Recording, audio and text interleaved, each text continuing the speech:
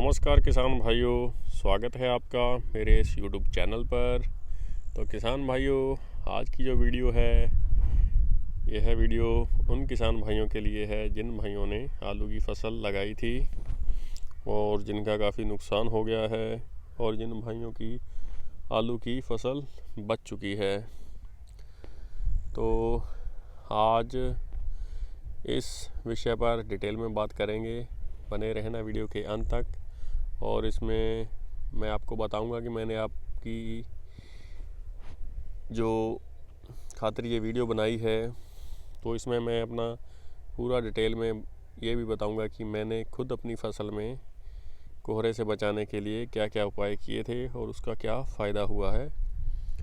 तो आप देख रहे हो फार्मिंग न्यूज़ चैनल, मेरा नाम है खुशविंदर सिंह। तो शुरू करते हैं इस वीडियो को। तो किसान भाइयों, ये मेरे आलू की फसल है और ये भी कोहरे से प्रभावित हुई है, लेकिन मैंने कई उपाय करके इसको दोबारा से ट्रैक पे ला दिया है। आप देख सकते हो ऊपर से पत्ते जले हुए हैं, लेकिन नए पत्ते निकालना पौधों ने शुरू कर दिया है। ये कैसे हुआ है, किन उपायों के कारण मैं अपनी फसल को बचा पाया हूँ और क्या क्या पेस्टिसाइड इसमें मैंने किए हैं जिसके कारण ये मेरी फसल बच पाई है। आप देख सकते हो मेरी फसल भी पूरी कोहरे की मार में आई थी, पत्ते जल गए थे, लेकिन ये नए पत्ते, नई शाखाएं फिर से निकालनी पौधों ने शुरू कर दी हैं। और सभी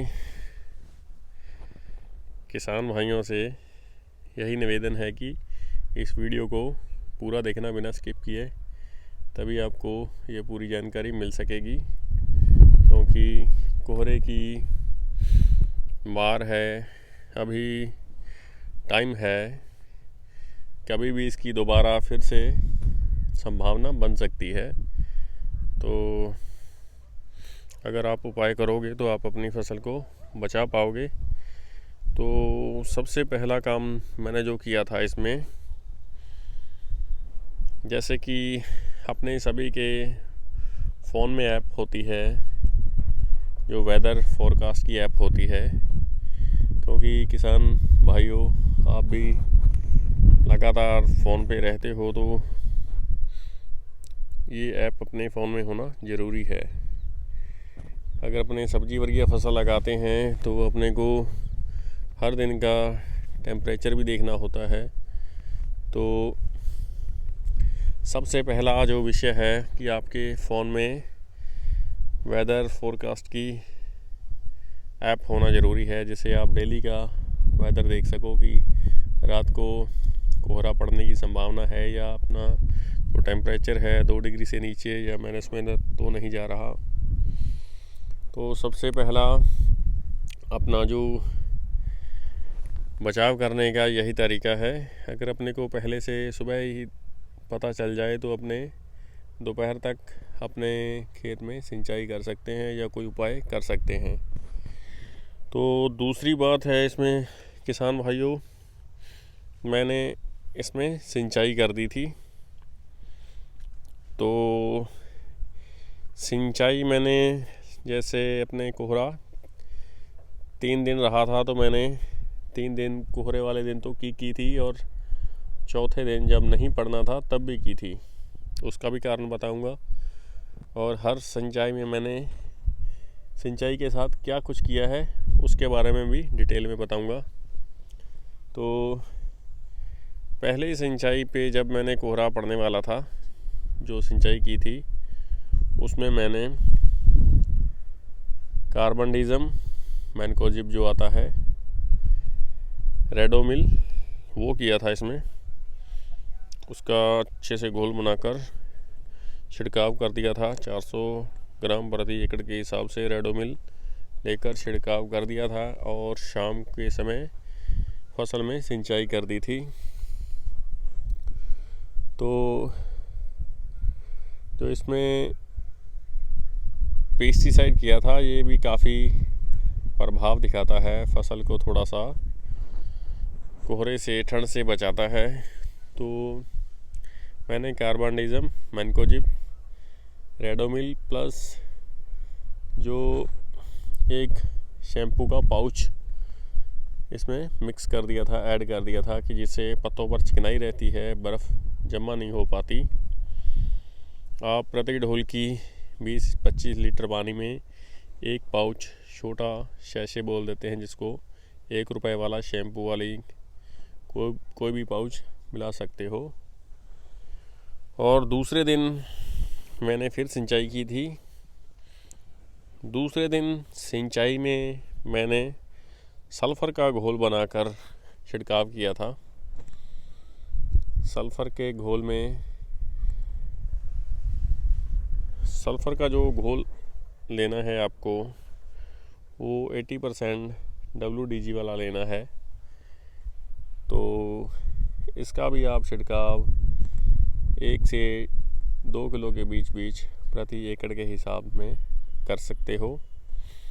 तो दूसरे दिन मैंने सल्फ़र का छिड़काव करके सिंचाई कर दी थी।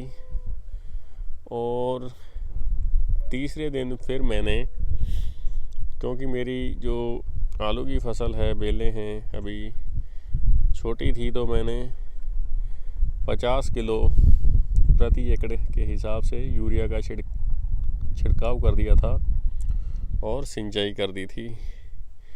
तो यूरिया, नाइट्रोजन में भी थोड़ी सी गर्माहट होती है।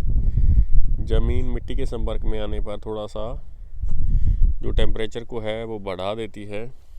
ऊपर से पड़ने वाली ठंड कोहरे को थोड़ा उसके असर को घटा देती है।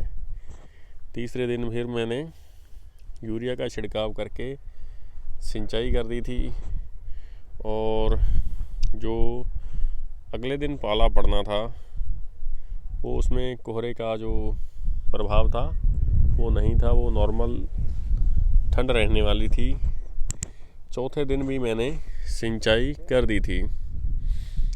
उसमें क्या होता है कि जो वो मैंने अकेली सिंचाई की थी, उसमें मैंने कोई पेस्टिसाइड या कुछ भी फर्टिलाइज़र कुछ नहीं दिया। तो जो जाड़ा बोल सकते हो, कोहरा बोल सकते हो, जो बर्फ़ की चादर अपने मेड़ों पर रहती है, तो ये भी काफ़ी प्रभाव दिखाती है। अपने सिंचाई की भी हो तो लेकिन फिर भी उसका असर रहता है। वो मान लीजिए एक जहर के रूप में हो जाता है मिट्टी में। ज़्यादा जो ठंड है, बर्फ़ है बनी रहने के कारण वो मिट्टी में भी असर दिखाती है। तो इस कारण मैंने 4 दिन लगातार सिंचाई की थी। चौथे दिन बिना पेस्टिसाइड फर्टिलाइज़र के सिंचाई कर दी थी, जिससे कि कोहरे का जो असर है बिल्कुल कम हो जाए। तो ये करने के बाद मैंने एक और काम किया था, जिसके बाद फसल को अब आप देख सकते हो पूरी हरियाली मार रही है फसल। ये इसमें अब कोई कमी नहीं है, जैसे कोहरे के पहले फसल थी वैसे ही बन चुकी है। तो कोहरा पड़ने के बाद 2-3 दिन रुकने के बाद जब ये थोड़ी सी फसल में ताकत बन गई थी, दोबारा ये छोटे छोटे शाखाएं और पत्ते निकलने लग गए थे, तो मैंने इसमें NPK 19-19-19 का घोल बनाकर किया है। साथ में मैंने थोड़ा फंगीसाइड ले लिया था, मेटलिक्सिल प्लस मैनकोजिब, जो अपने कार्बन साल्ट ले लिया था। और उसका 400 ग्राम प्रति एकड़ के हिसाब से साथ में घोल बना लिया था। NPK 19-19-19 और फंगीसाइड और एक इंसेक्टिसाइड ले लिया था, जो कि थाइमोथैक्सम लिया था। क्योंकि वो लेने का कारण ये है कि जब थोड़ा फसल अपना कमज़ोर हो जाती है तो फसल को हर बीमारी जल्दी से लग जाती है। अगर उसमें अपने फंगस की कर देंगे तो फंगस की कोई दिक्कत नहीं आएगी, और छोटे मोटे कीट हैं वो भी फसल को परेशान नहीं करेंगे, क्योंकि ये फसल है जो कि अपनी ताकत खो चुकी थी, तो बीमारियों से लड़ने की क्षमता इसकी कम हो जाती है कोहरे की चपेट में आने के कारण। इसलिए इसमें ताकत के रूप में NPK और फंगीसाइड प्लस इंसेक्टिसाइड तीनों का घोल बनाकर मैंने छिड़काव कर दिया था अच्छे से, जिसके कारण ये फसल बहुत अच्छी अब दिखने लगी है। अब 2-3 दिन से मौसम भी साफ़ है और कोई दिक्कत वाली बात नहीं है।